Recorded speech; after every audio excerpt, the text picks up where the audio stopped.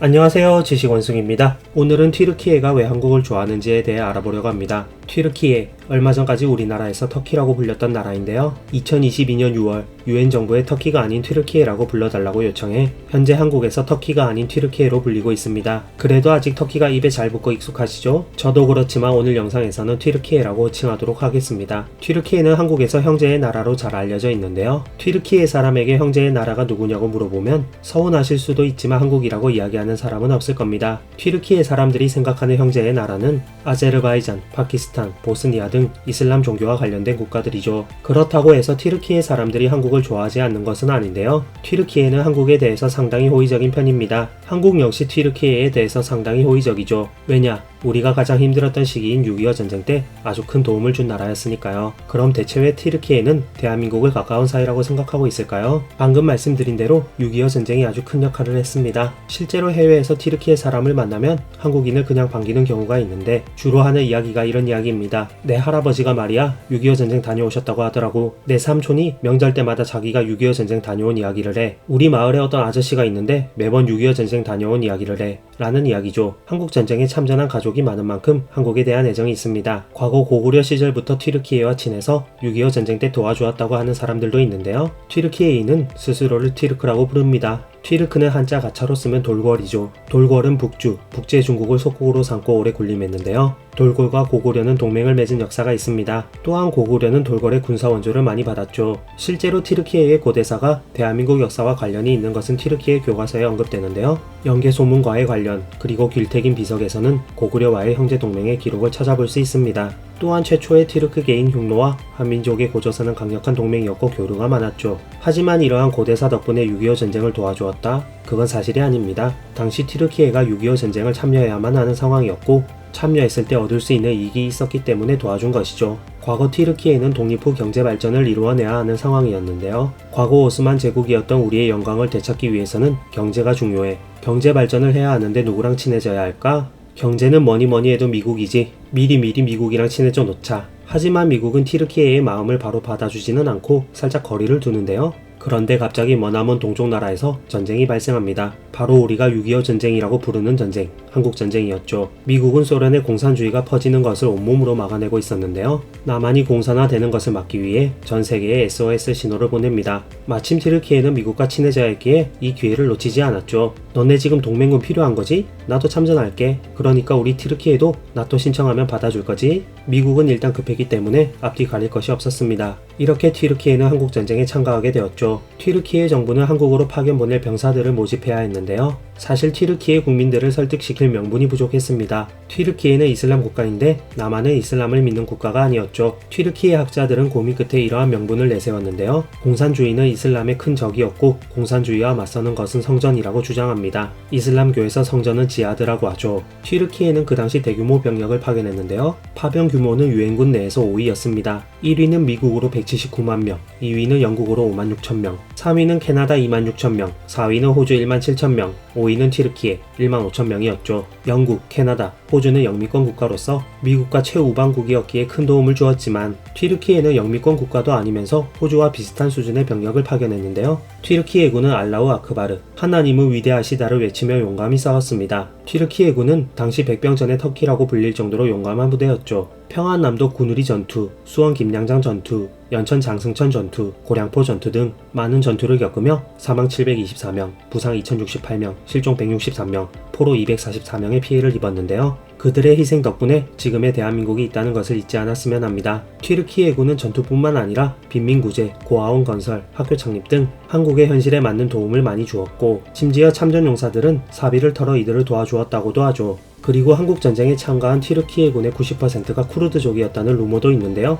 그 루머는 사실이 아닙니다. 쿠르드인 몇 명의 증언 외에 해당 주장을 뒷받침해주는 근거는 없죠. 당시 튀르키예 정부는 100% 자원으로 한국전쟁에 참가할 군인을 뽑았는데요. 강제로 징용했으면 외국 어디서든 데이터가 분명 존재할 텐데 그 데이터가 없습니다. 만약 정규 훈련을 받지 않은 쿠르드족을 강제 징용했으면 중공군을 1900명 사살하고 튀르키예군은 100명만 사망한 금량장리 전투 같은 일들이 일어나기도 힘들었을 겁니다. 참전한 튀르키예군의 대다수가 쿠르드족이었다는 틀린 정보를 진실로 여기면서 타국의 명예를 실추시키는 것은 굉장히 무례한 행동이죠. 튀르키예가 한국전쟁에 참가한 것은 미국에게 잘 보이기 위해 나토에 가입하기 위해서였고 국가의 이익이 있어야 전쟁에 참가하는 것은 정말 당연한 일인데요. 도움을 받은 입장에서는 고마워해야 할 일이지 진짜 너희의 의도는 무엇이었냐 라고 하며 나를 세우는 것은 배은망덕한 행동이라고 생각합니다. 고마워할 것은 확실하게 고마워해야죠. 튀르키예는 한국전쟁에 큰 기여를 함으로써 국제사회로부터 인정을 받아 국가의 위상이 올라가게 되었는데요. 실제로 1952년 튀르키예는 나토에 가입하게 됩니다. 한국전쟁은 튀르키예가 국제사회에서 존재감을 제대로 보여준 사건이었기에 튀르키예는 한국에 대해서 애틋한 감정, 친밀한 감정을 느낄 수밖에 없는 것이죠. 튀르키예가 한국을 좋아하는 이유는 한국전쟁 말고도 또 있는데요. 튀르키예는 한국과 경제적, 국제 외교적, 군사적으로 서로 많은 협력을 하고 있는 나라이기 때문에 한국을 좋아합니다. 일단 튀르키예와 한국은 미타의 회원국인데요. 미타는 멕시코, 인도네시아, 한국, 튀르키예, 호주가 참여하는 국가협의체로 국제사회의 주요 이슈를 놓고 의견을 교환하는 비공식 협력체입니다. 미타 5개국은 모두 G20의 회원국이며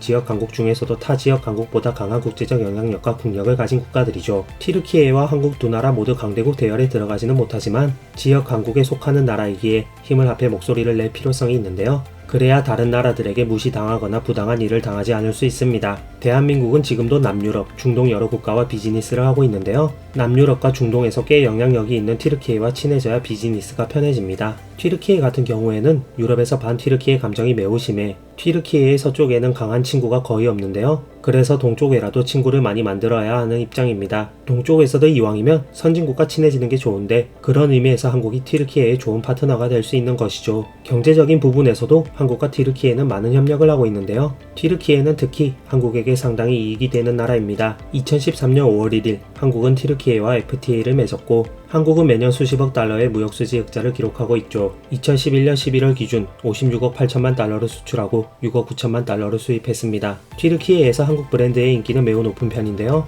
무역 흑자 규모를 더 키워나갈 수 있는 가능성이 있기에 우리 입장에서도 더 친하게 지낼 필요성이 있습니다. 방위산업 쪽에서도 누구보다 큰 고객이 튀르키예인데요. K9 자주포, K2 흑표 탱크, KT1 항공기 등 한국제 무기를 대량으로 수입하고 있습니다. 그 밖에도 9조 원이 투입되는 한국형 전투기 개발 계획, KF-X 계획에 참가하고 싶다고 밝히는 등 국방에 있어서는 한국과 대단한 우호 관계를 유지하고 있죠. 그리고 2017년 튀르키예는 러시아 무기 도입을 추진했는데요. 한국과 튀르키예 두 나라 모두 주력군을 나토 무기로 잔뜩 무장했음에도 동시에 러시아 무기도 운용하고 있습니다. 한국과 튀르키예는 이런 이례적인 모습을 보여주고 있다는 공통점도 있죠. 그리고 2002 월드컵 때 튀르키예는 한국에 대한 호감이 커지게 되었는데요. 3, 4위전에서 튀르키예와 한국은 맞붙게 되었습니다. 2002년 전에 튀르키예가 바라본 한국의 이미지는 한국 전쟁 때 도와준 혈맹인데 한강의 기적을 일으켜 유럽 국가들처럼 잘 살아진 국가라는 감정이 있었죠. 당시 튀르키예가 48년 만에 월드컵에 진출해서 월드컵 3위라는 대단한 성적을 거두어 튀르키예 내에서 대단한 이슈가 되고 있는 상태였는데 그 와중에 한국 사람들이 튀르키예를 형제의 나라라며 많은 호의를 베풀었습니다. 튀르키예 입장에서는 생각지도 않던 호의였죠. 3, 4위전에서 대형 태극기와 함께 대형 튀르키예 국기가 펼쳐졌는데요. 결승에 가지는 못했지만 한국과 튀르키예 모두 매우 만족스러운 성적을 이미 얻어 승부에 연연할 필요가 없었고 특히 튀르키예가 16강전에서 일본을 이겨준 덕에 분위기가 매우 좋아져 이런 일이 가능했습니다. 이때 튀르키예인들이 엄청난 감동을 받았다고 하는데 정작 응원해준 한국종에서는 훈훈하군 정도의 반응이었다고 하죠. 이상 튀르키예가 왜 한국을 좋아하는지에 대해 알아보았는데요. 튀르키예가 한국을 좋아하고 우호적으로 대하는 이유가 계산적인 이유일지라도 우리가 가장 힘든 시기에 크게 도와주었다는 것 하나만으로도 너무나도 고마운 나라입니다. 1만 5천 명의 군인이 얼마나 많은 숫자입니까? 튀르키예가 한국을 형제의 나라로 생각하든 안 하든 한국에 대해 호의적인 감정을 가지고 있으니 앞으로 서로 잘 지냈으면 하네요. 이상 지식원숭이였습니다.